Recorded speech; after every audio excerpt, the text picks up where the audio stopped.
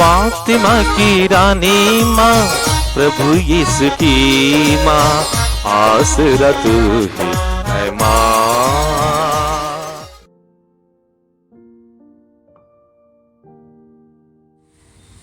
पहला पाठ नबी होशेया का ग्रंथ, अध्याय 10, पद संख्याएं 1 से 3, 7 से 8 और 12। प्रभु को खोजने का समय आ गया है। इस्राएल फैलने वाली दाखलता के सदृश है, जिसमें बहुत से फल लगते हैं। वह फलों की बढ़ती हुई संख्या के अनुरूप अपनी वेदियों की संख्या भी बढ़ाता रहता है। वह अपने देश की समृद्धि के अनुरूप अपने पूजा स्तंभ अलंकृत करता है। उन लोगों का हृदय कपटपूर्ण है, इसलिए उन्हें अपने पापों का फल भोगना पड़ेगा। वह स्वयं अपनी वेदियां नष्ट करेगा और उसके पूजा स्तंभ गिरा देगा। तब वे कहेंगे, हमारा कोई राजा नहीं है, क्योंकि जब हम प्रभु पर श्रद्धा नहीं रखते हैं तो राजा हमारे लिए क्या कर सकता है। समारिया का राजा पानी के फेन की तरह लुप्त हो गया है। आवेन की पहाड़ी पूजा स्थल नष्ट किए गए, जहां इस्राएल पाप करता था। उनकी वेदियों पर कांटे और ऊंट कटारे उगेंगे। तब लोग पहाड़ों से कहने लगेंगे, हमें ढक लो, और पहाड़ियों से हम पर गिर पड़ो। तुम धार्मिकता बोओ तो भक्ति लूनोगे, अपनी परती भूमि जोतो, क्योंकि समय आ गया है। प्रभु को तब तक खोजते रहो जब तक वह आकर धार्मिकता न बरसाए। यह प्रभु की वाणी है। ईश्वर को धन्यवाद। भजन अनुवाक्य। प्रभु के दर्शनों के लिए तरसते रहो। प्रभु के आदर में गीत गाओ, उसकी स्तुति करो, उसके अपूर्व कार्यों का बखान करो, उसके पवित्र नाम पर गौरव करो। प्रभु को खोजने वालों का हृदय आनंदित हो। अनुवाक्य। प्रभु के दर्शनों के लिए तरसते रहो। प्रभु उनके सामर्थ्य का मनन करो, उसके दर्शनों के लिए तरसते रहो, उसके अपूर्व कार्य, उसके चमत्कार तथा उनके निर्णय याद रखो। अनुवाक्य। प्रभु के दर्शनों के लिए तरसते रहो। हे प्रभु भक्त इब्राहिम की संतान, हे प्रभु के कृपा पात्र याकूब के पुत्रों, प्रभु ही हमारा ईश्वर है। उसके निर्णय समस्त पृथ्वी पर लागू हैं। अनुवाक्य। प्रभु के दर्शनों के लिए तरसते रहो। जय घोष। हालेलुया। ईश्वर का राज्य निकट आ गया है। पश्चाताप करो और सुसमाचार में विश्वास करो। हालेलुया। प्रभु आप लोगों के साथ हो और आपके साथ भी। संत मत्ती के अनुसार पवित्र सुसमाचार। प्रभु की जय। अध्याय 10 पद संज्ञाएं 1 से 7 तक। ईसा ने अपने 12 शिष्यों को अपने पास बुलाकर उन्हें अशुद्ध आत्माओं को निकालने तथा हर तरह की बीमारी और दुर्बलता दूर करने का अधिकार प्रदान किया। 12 प्रेरितों का नाम इस प्रकार है।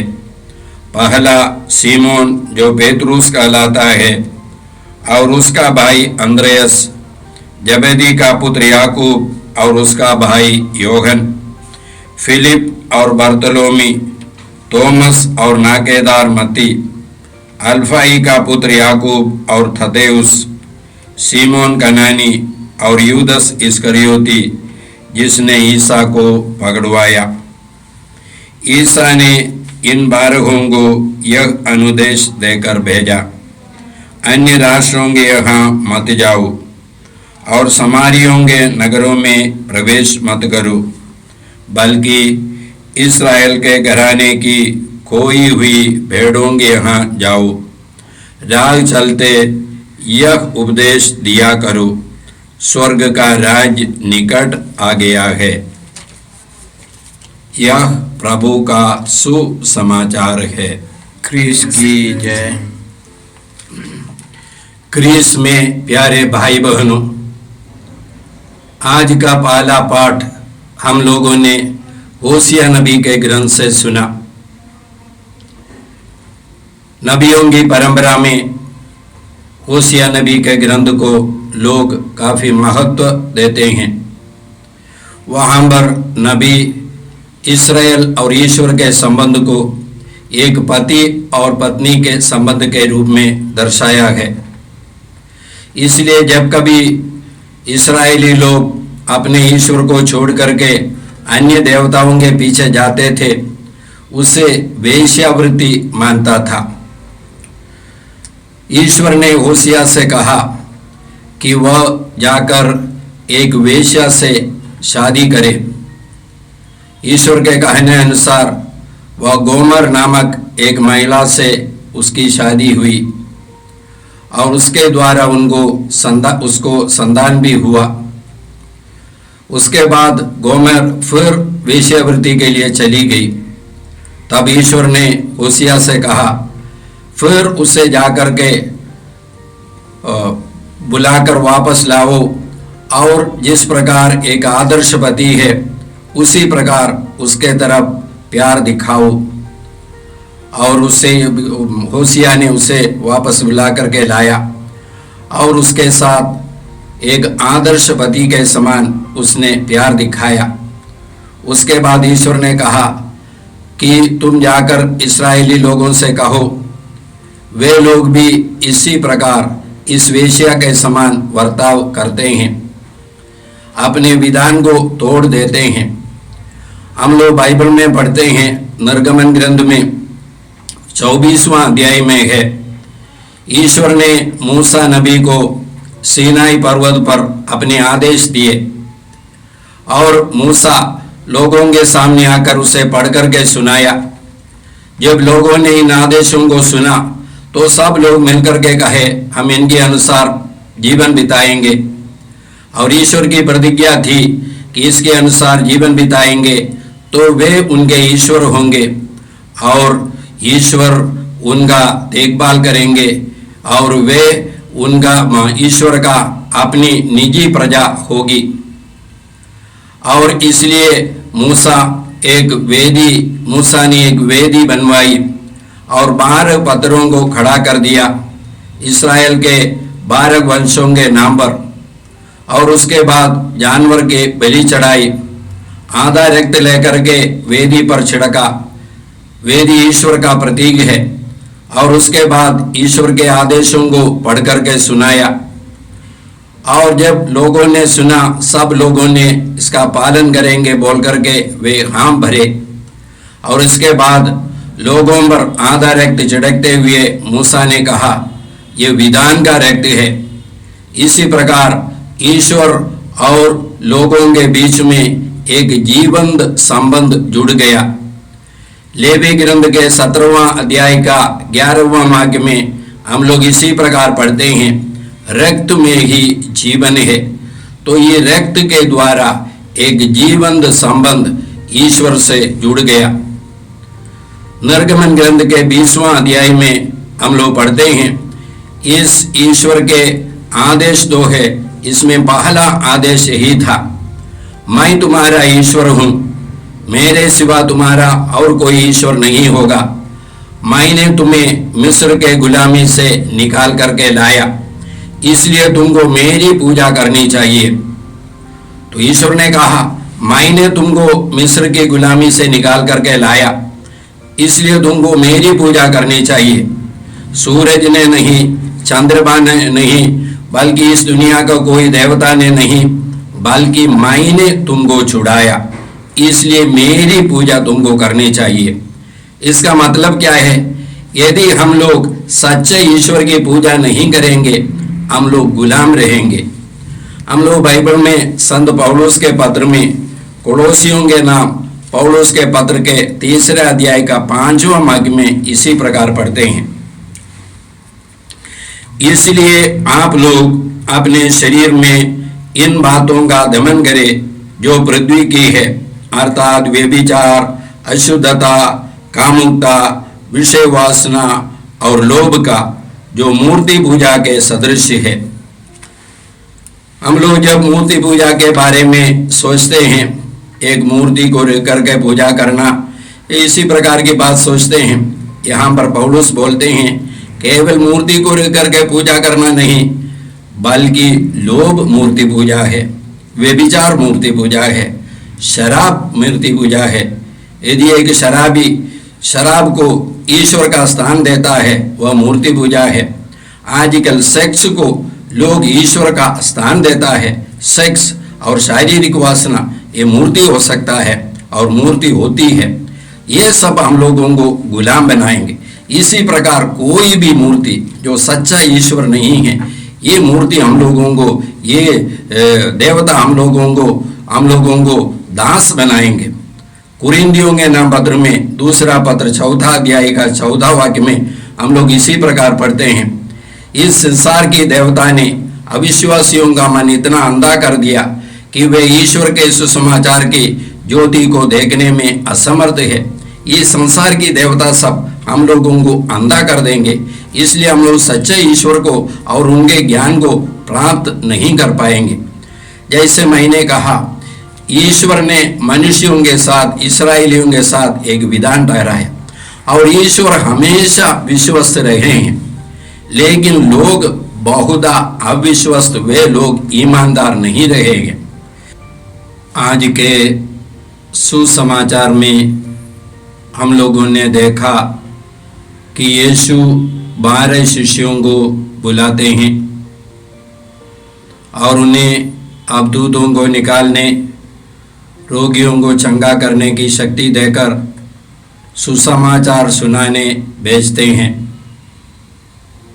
यदि हम लोग उन लोगों का नाम और उनका टाइटल देखेंगे, वे लोग गलीलिया के सबसे बड़े बड़े लोग नहीं थे, सबसे ज्ञानी लोग नहीं थे, बिल्कुल साधारण लोग थे। लेकिन यीशु ने उन्हें बुला करके उन्हें योग्य बनाया। सबसे पहले हर बुलाहट इसी प्रकार है। यदि हम लोग संत मत्ती के बुलाहट को देखेंगे, मत्ती अपने चुंगी घर में बैठा हुआ था। यीशु ने उसी समय जाकर उसे बुलाया, मेरा अनुसरण करो, और उसने सब कुछ छोड़ करके यीशु का अनुसरण किया। वास्तव में यीशु ने मत्ती में एक नाकेदार को नहीं, बल्कि एक प्रेरित को, एक सुसमाचार लेखक को देखा है। हम हर एक व्यक्ति के बुलाहट इसी प्रकार है।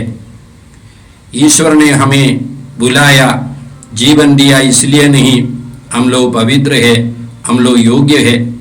ईश्वर ने हमें बुलाया योग्य बनाने के लिए, पवित्र बनाने के लिए, और हमको बुला करके ईश्वर ने हमें यीशु के द्वारा पवित्र बनाया, यीशु के द्वारा अपनी संतान बनाया। ये सब ईश्वर ने हमको दिया है। और हम लोग संत पौलुस के पत्र में पढ़ते हैं, कुरिन्थियों के नाम पौलुस का पहला पत्र, पहले अध्याय का 26वां वाक्य, पौलुस कुरिन्थ के लोगों से बताते हैं, भाइयों, बुलाए जाते समय आप में बहुत कम लोग ज्ञानी, शक्तिशाली या कुलीन थे। ज्ञानियों को लज्जित करने के लिए ईश्वर ने ऐसे लोगों को चुना जो संसार की दृष्टि में मूर्ख है। शक्तिशालियों को लज्जित करने के लिए ईश्वर ने ऐसे लोगों को चुना जो संसार की दृष्टि में दुर्बल है। गण्यमान्य लोगों का घमंड चूर करने के लिए ईश्वर ने ऐसे लोगों को चुना जो संसार की दृष्टि में तुच्छ और नगण्य है, ताकि कोई भी व्यक्ति अपने में गर्व ना करे। यदि कोई गर्व करना चाहे तो वे प्रभु में गर्व करे। ईश्वर ने यीशु को हमारा ज्ञान, हमारी धार्मिकता, हमारी पवित्रता और हमारा उद्धार बना दिया है। ये यीशु है हमारा ज्ञान, ये यीशु है हमारी पवित्रता, हमारी धार्मिकता और हमारा उद्धार। एक प्रेरित का मतलब है संदेशवाहक, उसको एक संदेश होना है। ये प्रेरित लोग क्या संदेश लेकर के जाएंगे? उनका संदेश एक व्यक्ति है।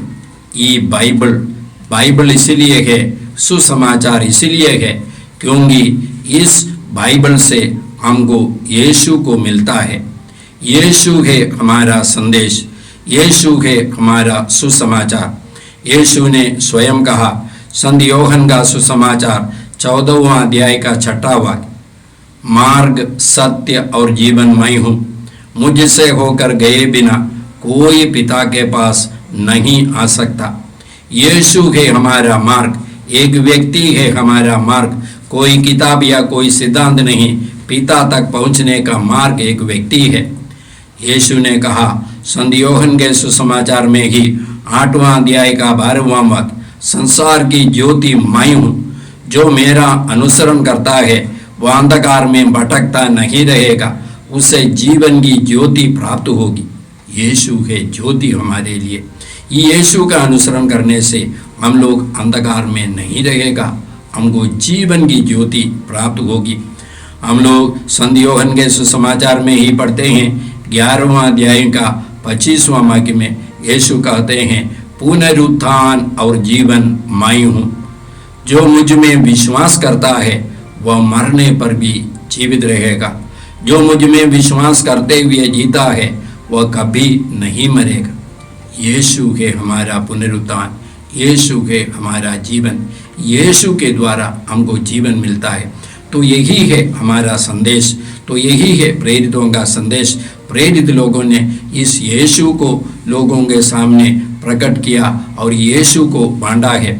हम लोग प्रेरित चरित्र में पढ़ते हैं, प्रेरित चरित्र का 4 अध्याय का 12वां वाक्य, पेतरुस यहूदी लोगों के सामने खड़े होकर के बोलते हैं, 14 अध्याय का 12वां वाक्य, किसी दूसरे व्यक्ति द्वारा मुक्ति नहीं मिल सकती, क्योंकि समस्त संसार में ईसा नाम के सिवा मनुष्यों को कोई दूसरा नाम नहीं दिया गया है जिसके द्वारा हमें मुक्ति मिल सकती है।